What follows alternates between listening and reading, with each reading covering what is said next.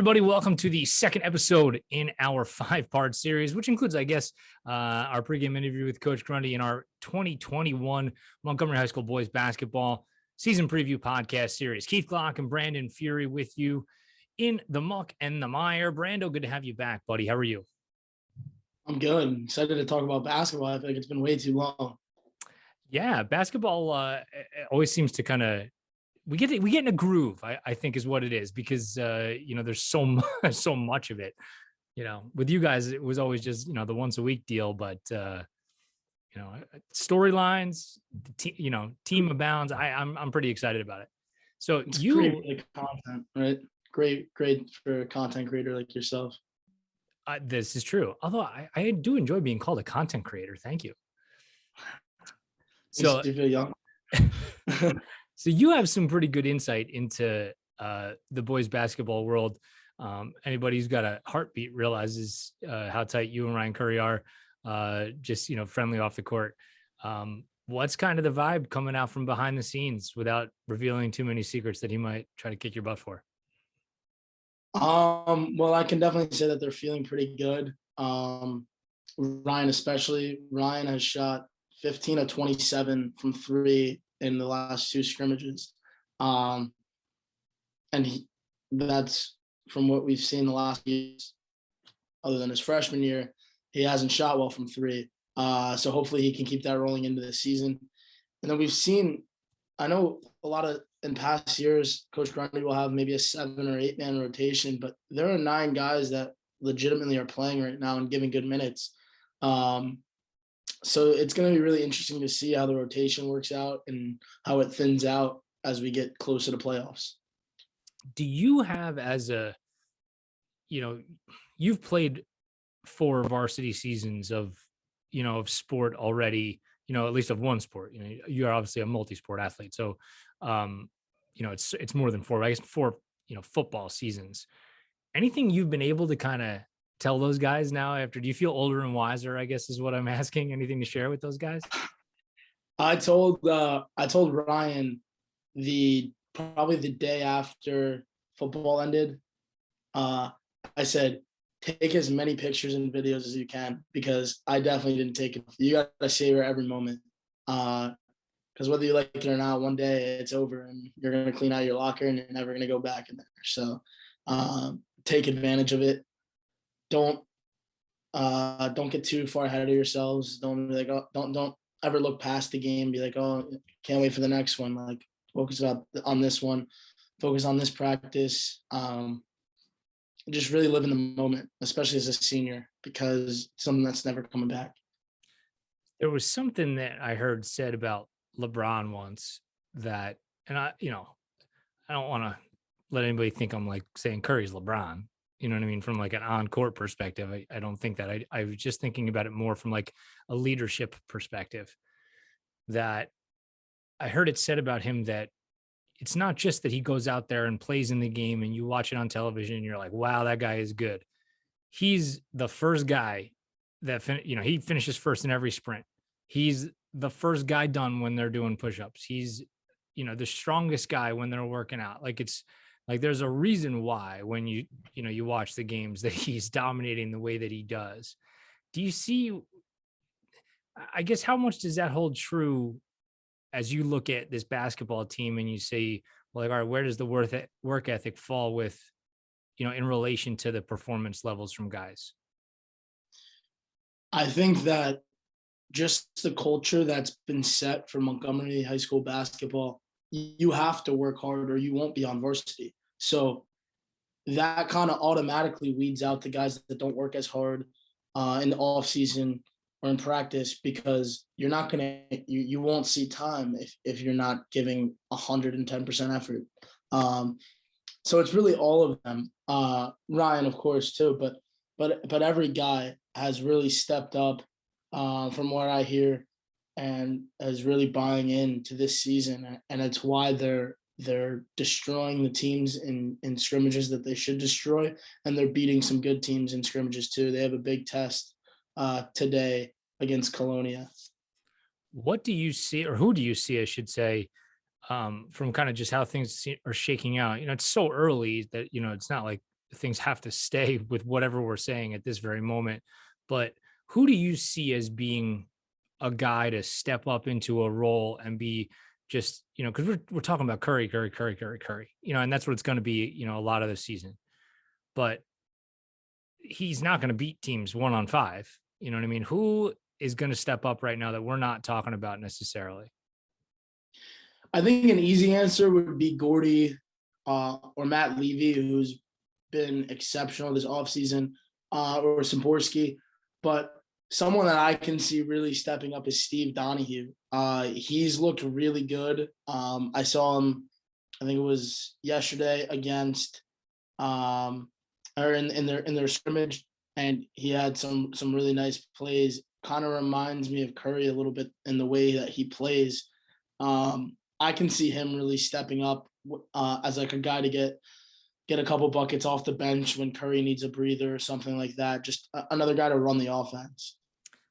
He's a guy that, me seeing Steven play for the first time, it was the first time I saw him play in a game in that scrimmage that we did a couple weeks ago. And like you, I was impressed. The thing where I started to project out in my mind was I guess I hadn't just seen him comparative to his peers.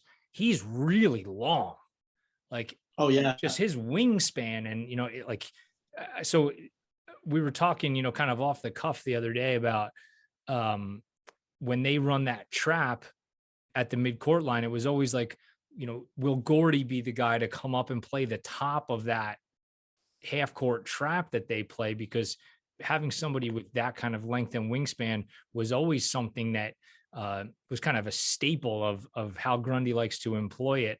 But if Donahue, kind of morphs into that role with that length, I could see that being, a thing that they, not being able to set or not having to sacrifice Gordy on the back end of that. I think that could be an impactful thing. For sure. Donahue's length, like you said, it's probably, if you don't count Gordy, the best on the team, like him and Curry. So he's long. He's a great defender, and he's athletic. He can move side to side, which is what you want to see on defense. And like you said, those long arms can. We saw it yesterday, getting steals, getting the passing lane. It's definitely going to be a big thing this year. If you want to talk about strength, I've always thought, as I've seen kids develop from freshmen to seniors, I like to joke that, younger kids are like baby giraffes. Like they're kind of, on roller skates out there a lot of the time as they're growing into their bodies. And then there's, as they grow up a little bit, you guys on the football field, you have one particular kind of strength. You can, pick me up and throw me across the gym. That's a thing.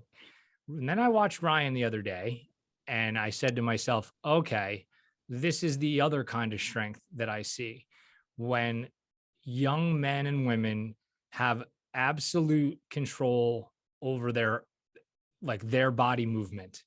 Like to be able to, he did something defensively, which is what was making me think of this, where he essentially there was a fast break the other direction and he just set the offensive player up and ended up coming up with a pretty athletic block from behind, but he had to contort his body in such a way that he was not going to, create body contact when he went up to the play.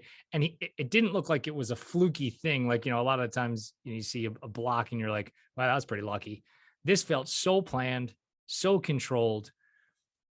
Just talk about that even from your own perspective of how you've grown into your own body and kind of the confidence maybe that gives you when you're out on the field and able to do some things and move people, in places they don't want to go.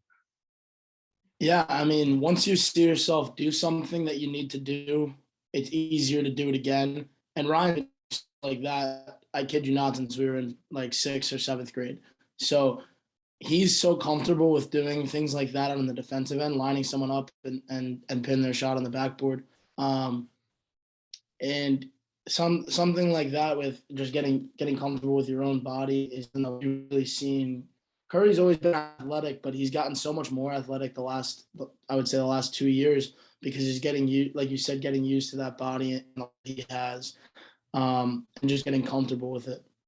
Has he ever talked about, or do you remember conversations back from his freshman year, your freshman year, of, you know, what he was able to learn from the guys who were ahead of him, the Riley Greens and the Kevin Fermelts of the world? Yeah, I mean, just really how to be a leader is something that he learned how to work in practice, um, and just to never stop playing basketball. Like I can tell you from my own experience, I've been to Cherry Valley Park many times in the summer, and Riley is always there playing basketball, and it's something that Ryan picked up.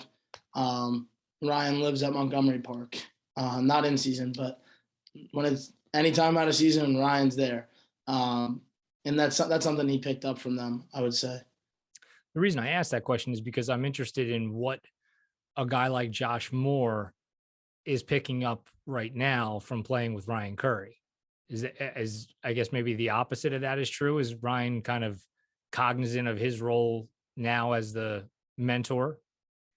That's not something we've talked about, but I'm sure it is because you kind of feel it. It's not something that like is like announced, I guess you would say. Like you can kind of tell when people are picking up after you and doing the things that you do, um, whether it's in the weight room, uh, during practice, during games, even during the in the film room.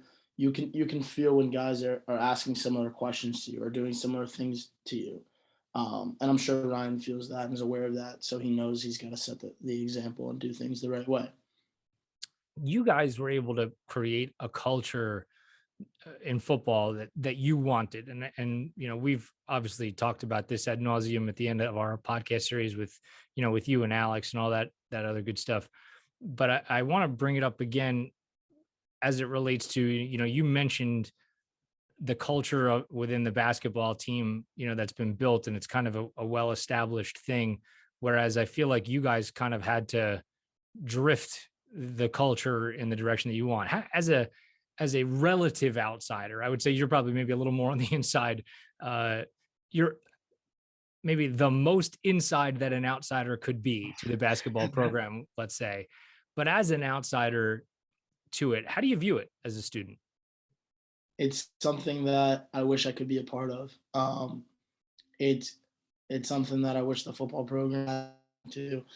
Um, the fact that they really play for each other, and that's something that a coach preaches. You got to play for the guy next to you, and they really do it. Um, and and all like the other night, actually, I was watching a basketball game with Curry, and I was like, when someone's just not hitting shots, like I know you can't just completely ignore them and not give them the ball, but like, do you think a little like twice maybe before you pass them the ball the next time? He's like, no, because they just have unlimited trust in each other that they're gonna hit the next shot, they're gonna make the next play, and that's something that's so important. And it's a really cool thing that these guys get to play in. It's funny, like as you're describing all that, I think about how that kind of thing is built, and I imagine that it's, you know, a coach just can't come in here and say, "Hey guys, play for each other." You know what I mean? Like it doesn't really work like that. You know, the guys have to like each other.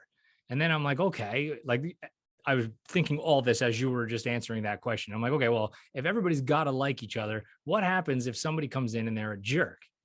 And then I'm like, okay, well, the culture then dictates that if they want to stick around, they then have to modify their behavior, and then they do modify their behavior in short order because they want to be a part of the culture. Am I kind of on target there, or do you feel like there's something else that I'm missing? Exactly. You're not gonna. There's nobody, at least today, a couple of years down the line, who knows? But today, there's no one that can walk into the basketball team and and just be a jerk and just get away with it. Like, we could get a 6'6" transfer that's committed to Duke, and he could be the biggest jerk in the world. He won't change the culture because everyone else has each other's back and they pick family over the Duke commit, right? So the family that they have built is so strong that there's nobody that could come in and disrupt that. We talk about that, I guess, year over year, and it I think it probably sounds cliche to people who don't really know what it's all about. And I guess my question to you as a young person is, like, that's so rare in, in this day and age amongst people your age, where like there's just this completely selfless nature where we wins out over me every time. Like, I guess I don't even know if there's a question in there. I guess maybe that was just an observation that, is there another thing in life that you like you can think of, right off the top of your head that you're like, oh no, it's definitely we over me every time. And, cause it's just, I don't know if it feels foreign. Yeah, there's not a lot that comes to mind. Like I said, it's a special place, and I wouldn't trade my 4 years of football for anything. But it's not the same.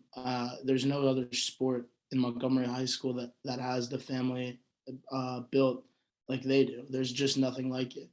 It's a really special thing. One of the things that I always think is a strength of the boys basketball program, and this you can directly attribute to the coaches. Uh, I'm very comfortable in saying that there is not in the way that there is culture, and that is a thing that is dominant year over year. There's not a system that's dominant year over year. It's, well, who do we have and what will work, and then we're going to implement that. Now there are some things certainly that travel year to year because the personnel strengths can be similar. But I guess give me your thoughts on that it's not just, well, this is what we do because that's what we do, and all personnel be damned. That kind of stubbornness will only get you so far. It'll still get you wins because then guys that are in a system for 4 years are comfortable with it, even if it's not what they're best at. But it won't take you over the top. You have to kind of adjust to who you have. And I can make an example from football. Like my sophomore year, we could do whatever we wanted. My junior year, we had to run the ball or throw it deep. Doesn't matter what plays we loved. My sophomore year had to love different plays as my junior year, and then this past year, completely different from my junior year, and then also completely different in the first half of the year with Benitez at quarterback, and the second half of the year with Schmelzer at quarterback. So you have to play to your strengths, because if we tried to run the same offense with Benitez my junior year as we did my sophomore year, we would have been a lot worse. And same thing as this year to any other year. You have to play for your strengths. Do you, as the lights go out in my office, the and of course that made me lose my train of thought. The strengths of this team, you have a dominant point guard, you have a big time center. What's the ceiling for this team? Because I'm always trying to, like, I don't know. I guess I go into every year with yeah, okay, I think we might be this and we might be that, but like I want to see it happen for a little while before I make any proclamations. As somebody probably a little closer to the pulse of the players than I am, where can this team go, and how do the guys that are on the team feel about their talent level and their potential relative to what we've seen in the past? Not to apply pressure to anyone, but I think this team is going to go, and this is a pretty obvious statement, as far as Ryan is going to take them. But the biggest key is going to be their shooters and their role players. You know what you're going to get from Curry. You know what you're going to get from Gordy. But who's going to give you 10 on this night, and who's going to give you 3 big assists on this night, and who's going to give you a couple big steals in the fourth quarter on this night? That's what's going to really dictate it. And I can see this team making it pretty far. because they have guys that they have guys that can shoot. And when there's going to be a lot of attention on your star point guard and your star center, you need to have guys that you can kick it out to and hit a three and just hit their open shots. And that's what these guys can do. And I'm really excited to see how it plays out, because if they keep hitting their open shots, this team's going to go very far. There were years where the formula was similar for this Montgomery team. Great point guard, great big man, some guys who can knock down open shots from the wing. And one of the great equalizers I've always thought amongst teams that we have played is when you play a team that's probably a little faster, a little more athletic, and they really start to pressure you, you know that your center's not going to handle the ball. Stereotypically, your wings, your shooters, I won't say your wings anymore because that probably implies something different, but your shooters were not your best ball handlers. They were probably, on the weaker side handling the ball. And then it was like, okay, well, if we can just pressure the heck and get the ball out of the point guard's hands, that this team might struggle. I have been very encouraged with what I've seen with the ability of other guys besides Ryan to handle the ball. I think we've certainly seen Josh Moore's ability to handle the ball. And even, teams can handle and kind of almost shut down two ball handlers. And I've always thought that the one year that Montgomery was the strongest was that 2014 team when they had three guys who could handle the ball with Ta, Remsen, and Urinef. And this year, I'm not saying that, Levy is a point guard and we want him bringing the ball up, but I don't see if they tried to shut whoever they is, shuts Ryan off and makes him pass the ball. And then all of a sudden the double comes quickly to Josh. I can see Levy being capable, to get the ball into the front court and get the offense rolling. Your thoughts? Yeah, I can see that. I could see Steve Donahue doing that. JT can handle it at times too. I think that's a very good point. And that obviously the more good ball handlers you have, the better. But we realistically have three guys that today I would say I'd be comfortable with it. And then definitely guys with potential, Davino, Donahue, to see what they can do, potentially handling the ball as well. I think there's a big chance that we have even more guys than we think that can handle the ball this year. I guess maybe given the success that his brother had, I'm a little surprised we're not talking more about Jack Vermelt. But his size, I mean, he's certainly, bigger than Kevin was even at graduation. And if he keeps growing, I mean, like he has the potential to be one of those like slashing wing, defenders that all of a sudden that you look up, like Joe Ellicone, kind of like you look up and you're like, wow, he's got 16 points. Like, how did that happen? You know what I mean? Talk about Jack Vermelt a little bit and kind of what you're hearing about him. Yeah, so he looked pretty good when he got some time with JV yesterday. I think he still might be a year away or maybe a mid-season, see some more minutes. It kind of goes back to what we were talking about before, being comfortable in your own body.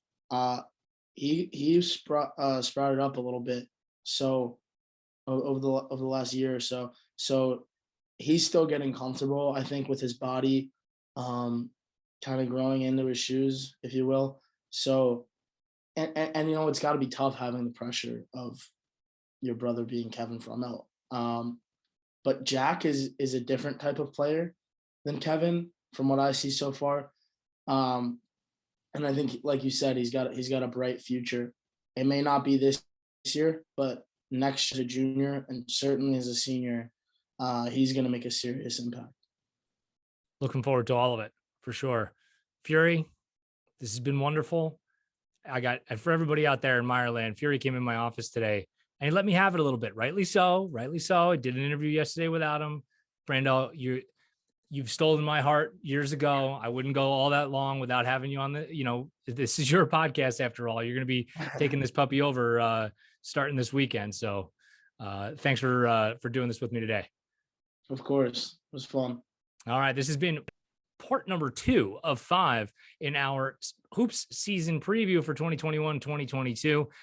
Still to come on the preview series, we are going to have, in some particular order, because I haven't figured it out yet, super agent, former Montgomery basketball player Kevin Tarka, and assistant coach Tommy Molars. And of course, we'll end it with the preseason Coach Grundy interview, that one of my favorites of the year always. And Brando, I actually want to drop a little plug. I had an opportunity to sit down with outgoing principal Paul Papaduke about maybe about 10 days ago now.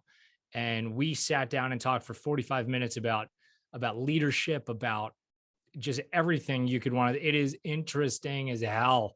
We get into sports, we get into life, we get into school, where he's going, what's next here for Montgomery. That is going to drop on Tuesday morning of next week. And I'm going to try to give you all a little bit of snippets of that as we get through the first couple of games this weekend. But please make sure you have yourselves tuned in for Tuesday morning, and we're going to release that full interview both in the Muck and Mire pod and on our YouTube channel. So get excited for that one. Man, I was ready to go watch that thing right now if that was out. I was ready for it. You're a jerk. All right. That's all I got. See ya.